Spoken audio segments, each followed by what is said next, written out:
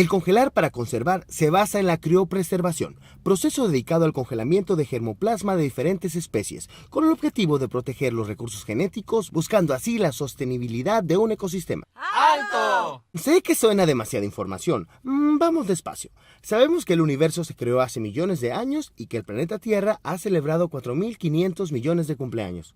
Eso suena mucho festejo. Pero conforme se fueron desarrollando todos los procesos climáticos en el planeta, empezaron a aparecer especies de plantas, animales y las relaciones interdependientes entre ellas. Un ejemplo es la cadena alimenticia, que generó grandes ecosistemas. El más hábil se come al de menor habilidad, y el ser humano se llevó la presea. Déjame platicarte por qué. Actualmente estamos en el siglo XXI, pero regresemos un poco. Visualiza que vives en el tiempo de las cavernas, cuando el hombre apenas empezaba a crear cosas. Imagina que cuando quisieras sentarte cómodamente a jugar con tu tablet, en vez de un gran sillón, tuvieras una piedra y para comunicarte ni siquiera señales de humo. ¿Y qué tal si la comida no llegara directo a tu mesa, sino que tuvieras que ayudar a tu padre y vecinos a cazar en la naturaleza para conseguir tu alimento? La caza se convirtió en una actividad común para el hombre y con el paso del tiempo la población empezó a crecer, cada vez éramos más y más cazadores. Nos llenamos tanto por comer a otros animales que estos empezaron a acabarse. Y esto pasaba en todo el mundo. Entre el cambio climático y la acción humana, nos acabamos casi todo. Tanto que al observar la disminución de alimento, el hombre empezó a estudiar las ventajas y desventajas de cuidar a las especies de las que dependía. Este cuidado le ayudó a tener comida cuando los recursos alimenticios escaseaban, iniciando así un proceso de preservación. La curiosidad lo llevó, y hasta la fecha, a estudiar el porqué del mundo, a tratar de resolver necesidades para abastecer su alimentación. ¿Es eso un mamut congelado? Así es. Durante los días cálidos, investigadores de todo el mundo viajan a Rusia para buscar fósiles en las grandes masas de hielo que empiezan a descongelarse. Estas expediciones han permitido a los investigadores hacer importantes descubrimientos al encontrar animales muy bien conservados por el frío del hielo, entre ellos especies de animales extintos como el mamut. El primer ejemplar congelado de esta raza se encontró a principios del siglo XIX. Entonces, la naturaleza reafirmó lo que el hombre buscaba, justo el congelar para conservar. La aportación de los primeros animales encontrados congelados fue poder generar modelos que conservaran por mucho tiempo las células de especies animales, a partir de la exposición de estas a temperaturas extremadamente bajas. A este proceso de exposición se le llama criopreservación, es decir, la conservación de células reproductivas mediante la congelación. Por ejemplo, en mayo de 2013, durante una expedición en Siberia, investigadores rusos encontraron a un mamut en el hielo. El frío conservaba su tejido fresco y su sangre líquida. Un hallazgo histórico. Pues nunca se había encontrado sangre líquida dentro de un animal congelado. Se cree que con la información genética de las células encontradas en su sangre, probablemente en un futuro no muy lejano, se pueden combinar con células de elefantes para crear una nueva especie de mamut. Hallazgos como estos hacen pensar en teorías increíbles de clonación y generación de vida nunca antes hechas. Suena ciencia ficción, ¿no? Mientras tanto, en México, la conservación de las especies destinadas a la alimentación se oficializó como estrategia de resguardo por la SAGARPA, la Secretaría de Agricultura, Ganadería, Desarrollo Rural, Pesca y Alimentación, al crear el Sistema Nacional de Recursos Genéticos. Ahí se conserva de todo, pero el responsable de resguardar las especies acuáticas es el CICESE, a través del SUBNARGENA, el Subsistema Nacional de Recursos Genéticos Acuáticos.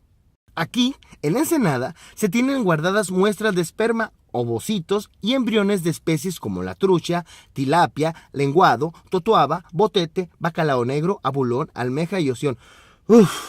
Su objetivo es tener resguardadas muestras de especies de importancia alimentaria, económica y biológica de todo el país. A estas muestras de células reproductivas se les conoce como germoplasma. ¿Y dónde las guardan? En el banco de germoplasma que se encuentra en el SUBNARGENA. Ahí, las muestras de germoplasma se guardan en tanques que contienen nitrógeno líquido. Esto es, un elemento químico que al convertirse en líquido es extremadamente frío, pues tiene una temperatura de menos 196 grados centígrados. Imagínate, el agua se congela a los 0 grados centígrados. Probablemente lo hayas visto antes. El efecto del zumo blanco se parece al del hielo seco, pero es mucho más frío. Es tan frío que puede congelar tu dedo al preciso instante de tocarlo. En cada tanque pequeño, que contiene nitrógeno líquido, caben 210,000 muestras de germoplasma, mientras que en el tanque más grande pueden guardarse 700,000. ¿Tantas muestras en un tanque? Claro, las células son pequeñísimas y se miden en micras. Si 1 milímetro lo dividimos en 1000 partes, una de esas partecitas es la medida de una micra. Algunos espermatozoides miden 6 micras, otros 8 o 10 micras. Para que te des una idea, el grosor de un cabello tuyo mide 200 micras. Con su diminuto tamaño, observar un espermatozoide a simple vista es imposible. Por eso, uno de los instrumentos básicos de los laboratorios del Subnargena es el microscopio, que permite ver a las células en tamaño grande a través de su lente. ¿Por qué se tienen que congelar? Porque el congelar permite guardar las células por muchos años. Cuando se observó por primera vez que la temperatura del hielo conservó las células de los mamuts por miles de años, científicos investigadores concluyeron que el problema de explotación y extinción de especies puede solucionarse a partir de modelos inspirados en el proceso de congelación de estos hallazgos. ¿Pero cómo pueden congelarse y seguir vivas? Precisamente por las propiedades que tiene el nitrógeno líquido. Su baja temperatura congela las células sin que pierdan su potencial de vida. El congelar una célula con nitrógeno líquido provoca que ésta disminuya sus funciones vitales, por lo que su potencial de vida queda latente hasta que sea descongelada. Cuando se descongela, sigue conservando su vitalidad y estas células pueden ser utilizadas para la fecundación. Claro que el proceso de criopreservación tiene que hacerse con los cuidados necesarios. ¿Quieres saber cómo se hace en el laboratorio? Primero, se toma el esperma u óvulo de una especie y se deposita en un tubo de ensayo. Al esperma se le agrega agua salada o dulce para que las pequeñas células empiecen a moverse y sea sencillo estudiar sus propiedades. De ello depende la manera en cómo serán tratadas las células antes de congelarlas. Paso 2. Se le agrega una sustancia especial que protege las células del cambio físico que sufre el agua al congelarse. Esta sustancia especial se llama crioprotectante y es el superhéroe de la historia. Porque al momento de congelar, si el agua que está dentro de las células se cristaliza con puntas muy agudas, es posible que las rompa y las células mueran. Por eso, los crioprotectantes usan sus poderes para cambiar la estructura del agua y dejar que las células se congelen sin daño alguno. Los crioprotectantes son varios tipos de alcoholes, como el etanol y la glicerina, o también azúcares, como la glucosa. Estas sustancias se pueden encontrar en productos desinfectantes, perfumes, cosméticos, incluso en frutas y miel. La leche de vaca y la yema de huevo de gallina son también utilizados exitosamente como crioprotectantes. ¿Qué es eso? ¡Ah! Esa es la rana de bosque, una especie capaz de producir su propia glucosa para congelarse durante el invierno en su etapa de hibernación.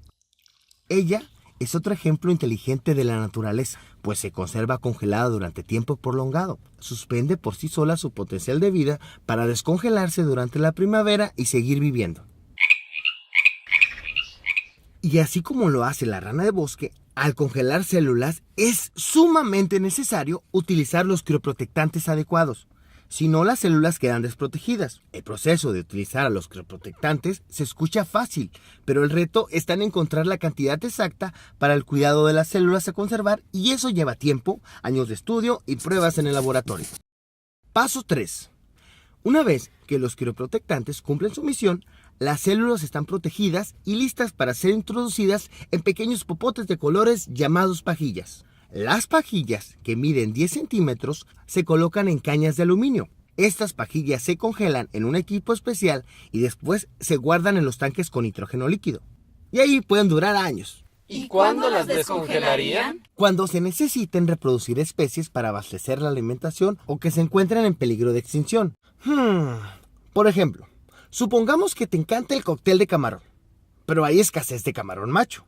Son tan pocos los camarones machos que la especie está en peligro de desaparecer y por lo tanto ya no podrías comer más cóctel de camarón. Es en casos como este cuando se puede recurrir al banco de germoplasma del Subnargena y tomar germoplasma de camarón para continuar su reproducción. Incluso, si una especie se extinguiera, podríamos sacar del tanque con nitrógeno líquido una muestra de esperma y un ovocito. descongelarlos, unirlos para la fecundación y así generar de nuevo la especie. Sorprendente, ¿no? El congelar para conservar es una solución muy factible para abastecer la alimentación ante el gran crecimiento poblacional. El Subnargena, como subsistema exclusivo en especies acuáticas, tiene entre sus metas crear un catálogo de espermas, ovocitos y embriones de las especies resguardadas. Imagínate, podría ser tan rápido y eficiente como pedir germoplasma de camarón o trucha desde tu auto cuando lo desees. ¿Crees que podría ser posible?